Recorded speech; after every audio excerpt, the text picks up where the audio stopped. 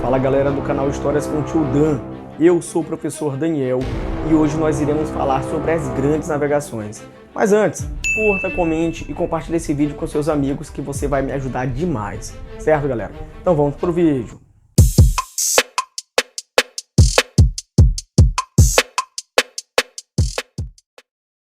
As grandes navegações vão acontecer entre os séculos XV e XVI, e a gente vai entender nesse primeiro momento por que ocorreram as expansões marítimas advindas ali dos europeus. O primeiro ponto é o seguinte: os europeus eles queriam os produtos vindos das Índias, ou também do Oriente, da Ásia. E quais produtos eram esses, professor? Ora, eu não tenho como citar todos, então eu vou te dar alguns exemplos do que os europeus chamavam de especiarias. A gente tem pimenta, cravo, canela, gengibre, porcelana, seda, tapetes, tá? Então, só para a gente ficar aqui alguns exemplos. São esses produtos, em geral, que os europeus irão querer comprar. Agora, por que eles não compravam, professor? Ora, porque esses produtos vinham do Oriente, tá? Certo, professor. Beleza, eles vinham do Oriente, é longe pra caramba lá da Europa, mas por que eles não iam buscar? Ora, porque as formas de se chegar ao Oriente, de se chegar à Ásia, é que eram complicadas. Pelo mar Mediterrâneo, as rotas estavam fechadas. As cidades, principalmente de Gênova e Veneza, haviam tomado de conta do mar Mediterrâneo e monopolizado o comércio das especiarias. Então eles iam ao Oriente, compravam as especiarias e revendiam a um preço absurdamente caro na Europa. Por terra, a questão era muito parecida. A cidade de Constantinopla, que era cristã até a Idade Média, fazia o intercâmbio dos produtos orientais e ocidentais. Mas desde 1453, quando ela foi tomada pelos turco-otomanos, essa rota foi fechada. Então não dava para ir ao Oriente por terra, porque Constantinopla havia sido tomada pelos turco-otomanos, e não dava também para ir ao mar, porque ela estava monopolizada ali por Gênova e Veneza. Então esse é o primeiro motivo do porquê os europeus vão tentar buscar novas rotas para se chegar à Índia, lançando-se ao mar aberto, fazendo com que a gente tenha as grandes navegações. O segundo motivo é porque as minas de ouro e prata, de metais preciosos no geral, da Europa, estavam acabando, simplesmente entrando em escassez. Isso se dá por alguns motivos. O primeiro deles é a busca predatória por ouro e prata, vai fazer as minas se exaurirem. O segundo motivo é porque o ouro e a prata que existia na Europa estavam indo justamente para o Oriente, porque os caras estavam comprando produtos orientais e aí o ouro e a prata iam para o outro lado. Então eles vão tentar buscar novas terras para que eles busquem também novas fontes de metal precioso, principalmente ouro e prata, para a cunhagem de moedas. O terceiro motivo, galera, é porque a Europa estava numa retração econômica. A gente está falando aí do século XV, que teve as grandes navegações, mas um século antes, no século XIV, a Europa viveu a crise vinda da peste, vinda da Guerra dos 100 Anos, vinda das revoltas camponesas. Isso vai fazer a população europeia baixar. Com a população baixando, o mercado consumidor europeu vai cair também. Então as grandes navegações são também para buscar novos mercados consumidores para os produtos europeus. Outro ponto também que vai contribuir para as grandes navegações é o espírito cruzadístico que ainda havia entre os europeus. Olha só, a gente teve as cruzadas lá na Idade Média, e aqui na Idade Moderna os europeus também vão querer expandir a fé católica. Então esse espírito vai fazer com que eles se aventurem em novas terras para levar a fé cristã adiante. Beleza, galera? E o motivo pelo qual as grandes navegações não iriam acontecer é porque também na Europa já se formaram os estados nacionais modernos. E esses estados irão se aliar à burguesia e vão financiar as grandes expedições. Primeiro, porque era caro. Segundo, o lucro é incerto. E terceiro, a burguesia queria fazer parte desse comércio. Então ela vai financiar e vai solicitar ao rei financiamento também e apoio político para essas grandes navegações. Bom, e agora, avançando, a gente vai ter o primeiro país a se lançar nas grandes navegações. E é justamente o país que colonizou o Brasil. A gente tem, então, o pioneirismo português. Agora, por que, professor, que Portugal foi o primeiro país a se lançar nas grandes navegações? Eu vou te falar aqui qual foi o lance de Portugal ter sido o primeiro. Olha só, o primeiro ponto é que para ocorrer as grandes navegações, o Estado, o governo, ele tem que estar estável, ele tem que estar em estabilidade. E Portugal tinha isso. Portugal se formou no século XII, através das guerras de reconquista, tentando expulsar os islâmicos da região da Península Ibérica, tá? Então Portugal já tem um país formado. O Estado Nacional Português, ele já era consolidado.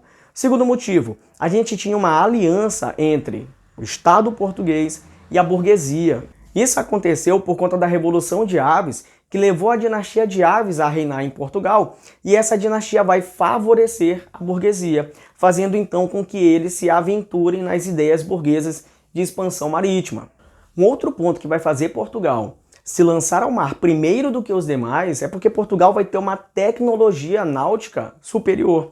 Isso acontece, segundo alguns historiadores, porque Portugal formou uma escola naval chamada de Escola de Sagres. E lá a gente tinha ali o desenvolvimento de tecnologias, como por exemplo, a introdução da bússola, do astrolábio, do quadrante, do sextante, da balestia, da cartografia náutica, e isso tudo vai ajudar os navegadores a se localizarem através da astronomia, justamente para chegar em terras desconhecidas e não se perder.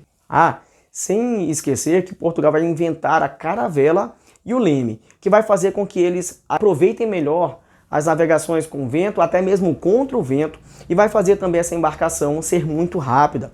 Ela chegava a atingir ali 15 km por hora. Para aquela época isso era muita coisa, tá? Então isso vai facilitar também Portugal se lançar ao mar. Além disso, Portugal estava numa região localizada ali na costa atlântica. Professor, e o que isso tem de mais? E a posição geográfica? Isso mesmo. Portugal está virado para o Atlântico. E as grandes navegações vão ocorrer pelo Atlântico. Então ela já tem aí, eles já têm, na verdade, no caso, experiência na navegação no Atlântico. Agora, claro, se aventurar no mar Atlântico, no Oceano Atlântico, não era uma tarefa fácil. Eles tinham medos fantasiosos, como por exemplo, medo de monstros marinhos, medo de sereias encantadoras de navegadores, medo de que a Terra fosse plana e tivesse um fim, que a gente tivesse abismos, mas também eles tinham medo de coisas reais. Primeiro ponto, o Oceano Atlântico ele era pouco explorado, mas ali na costa litorânea da Europa. Então chegar no mar aberto era uma coisa que os europeus não faziam. Então eles tinham medo do desconhecido. Além disso, eles tinham medo das tempestades, das rochas que haviam ali em alguns lugares no mar. Então eles vão ter medo também de coisas reais. E aí, galera, Portugal vai começar o seu processo de expansão marítima em 1415. E eles tinham uma estratégia bem definida. A estratégia era chegar às Índias contornando o continente africano. Primeiro ponto, eles não sabiam se era possível contornar o continente africano, eles tinham basicamente uma teoria de que era possível, tá? E o segundo ponto é que em 1415 eles começam esse processo. Então eles vão chegar na cidade de Ceuta, que era uma cidade que era importantíssima para o comércio islâmico. Então lembra lá das cruzadas, Então eles vão chegar numa cidade islâmica e tentar proferir a fé cristã católica, tá? Então eles conquistam essa cidade. Depois eles vão descer o continente africano, sempre tentando fazer feitorias, que eram postos comerciais ali na litorânea, tá? Para poder ali ter um ponto de apoio comercial e também de abastecimento dos navios que vão vir. Em 1434 eles vão passar do Cabo Bojador, que era uma região extremamente complicada para os navegadores e inclusive fez vários navios naufragarem. Seguindo, em 1487, o navegador Bartolomeu Dias vai conseguir passar do Cabo das Tormentas, lá no sul do continente africano, e chegar até o Oceano Índico. Então o caminho foi aberto para se chegar às Índias. E aí um novo navegador vai ter a missão de chegar às Índias Orientais. E esse cara é o Vasco da Gama. O Vasco da Gama, então, ele vai fazer o trajeto do Bartolomeu, só que o Bartolomeu voltou do Cabo das Tormentas até Portugal, para poder indicar que ele havia conseguido, O Vasco da Gama não, ele vai avançar e ele vai conseguir chegar até Calicut, na Índia. E aí ele vai ter uma surpresa. Ele chega lá, ele compra produtos, volta para Portugal e ele tem um lucro exorbitante de 6.000%. Cara, essa notícia vai se espalhar pela Europa. O que vai acontecer? 2 anos depois, Portugal vai organizar uma nova expedição em direção às Índias Só que agora quem vai é Pedro Álvares Cabral. Tu já deve ter ouvido falar desse nome. Porque Pedro Álvares Cabral, ele vai fazer o mesmo trajeto, contornar a África, chegar à Índia, né? Mas no meio desse percurso ele desvia sua rota e chega onde hoje são as terras brasileiras, em 22 de abril de 1500. Então, alguns motivos, né, algumas teorias, na verdade, vão tentar explicar o porquê que Pedro Álvares Cabral, que era um navegador experiente, se perdeu. Uma delas diz que ele enfrentou uma forte tempestade e se perdeu. A segunda vai dizer que ele desconfiava que haviam terras pelo Brasil, e aí ele veio conferir se existia mesmo. Outras vão dizer que ele tinha certeza que tinha terra e ele veio só reclamar a posse para o rei de Portugal. A questão é, ele chega aqui, ele fica 10 dias e depois ele parte para o objetivo dele, que eram as Índias. Mas, posteriormente, vai começar o processo de colonização do Brasil. Galera, Portugal não vai ser o único país a se lançar nas grandes navegações. A gente vai ter também o caso da Espanha, onde a gente tem a unificação espanhola em 1492, através da Guerra de Reconquista e também com a união de dois reinos importantes da Península Ibérica, que era Castela e Aragão. E aí a gente vai ter os reis católicos, Fernando e Isabel. Eles unificam a Espanha, contratam um navegador genovês chamado Cristóvão Colombo e vão se lançar ao mar também. E aí o Colombo, ele tinha uma teoria de que a Terra era redonda e que, portanto, era possível fazer a circunnavegação, ou seja, dar a volta na Terra. Então o objetivo dele era navegar a oeste para chegar às Índias. A teoria dele, né, estava certa. Ele só não contava que não era possível passar ao Oriente porque existia o continente americano. Então ele vai chegar à América, na região da América Central, pensando ter chegado às Índias, inclusive vai chamar os nativos de índios. É por isso, né, que a gente tem esse nome para os nativos americanos, de índios, porque o Cristóvão Colombo pensou ter chegado às Índias. Em 1499, é que o Américo Vespúcio vai vir seguir a rota, né, do Colombo e vai perceber que, na verdade, eles não estavam nas Índias, e sim num novo continente. E é por isso que o continente vai ser batizado de América, em homenagem ao Américo Vespúcio. E aí a gente vai ter um problema. Por quê? Portugal se lançou ao mar de forma pioneira, mas a Espanha também vai se lançar. E aí a gente vai ter esses dois países começando a entrar em choque para saber quem tem direito sobre as novas descobertas. E aí eles vão sentar para conversar. E vão chegar ao primeiro tratado chamado de Bula Intercoetera, em 1493. Ela dizia o seguinte, olha, da Ilha do Cabo, que fica ali na costa norte africana, até 100 léguas em direção ao oeste, tudo que for encontrado pertence a Portugal. Passou disso, tudo pertence à Espanha. Portugal não aceitou, porque Portugal acreditava que seria prejudicado. Aí a linha vai ser refeita. Em 1494, da Ilha do Cabo até 370 léguas a oeste, tudo que foi encontrado pertence a Portugal. Posteriormente a isso, tudo pertence à Espanha. E aí Portugal aceitou, e esse tratado entre Portugal e Espanha, que dividiu o mundo entre eles dois, ficou conhecido como Tratado de Tordesilhas. Ora, é óbvio que países europeus vão ficar contra esse tratado. O rei da França, por exemplo, vai pedir que os reis espanhóis e portugueses mostrem um atestado de Adão e Eva dando essas terras para eles, né? Justamente debochando desse tratado. E aí a gente vai ter também o desprezo de Portugal e Espanha pelos povos que já habitavam esses locais. Eles estavam simplesmente dividindo terras que já haviam povos morando.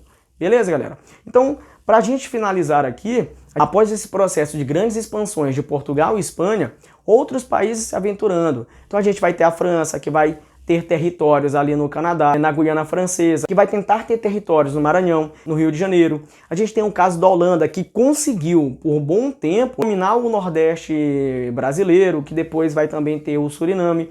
Então a gente tem o caso também dos ingleses, que conquistaram colônias aqui na América. E aí a gente tem as consequências das grandes navegações. Uma das consequências é que o eixo econômico vai se deslocar do mar Mediterrâneo para o Oceano Atlântico.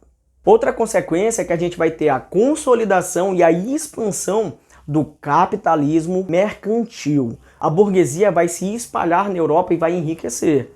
Outro motivo que a gente vai ter é o início da colonização americana e também o início do genocídio indígena. A gente também vai ter a diáspora africana. Os africanos, eles serão escravizados e retirados à força do seu continente. A gente vai ter também a expansão do cristianismo. O cristianismo vai se expandir, a América vai se tornar cristã. Tá? Alguns povos africanos vão se tornar cristãos.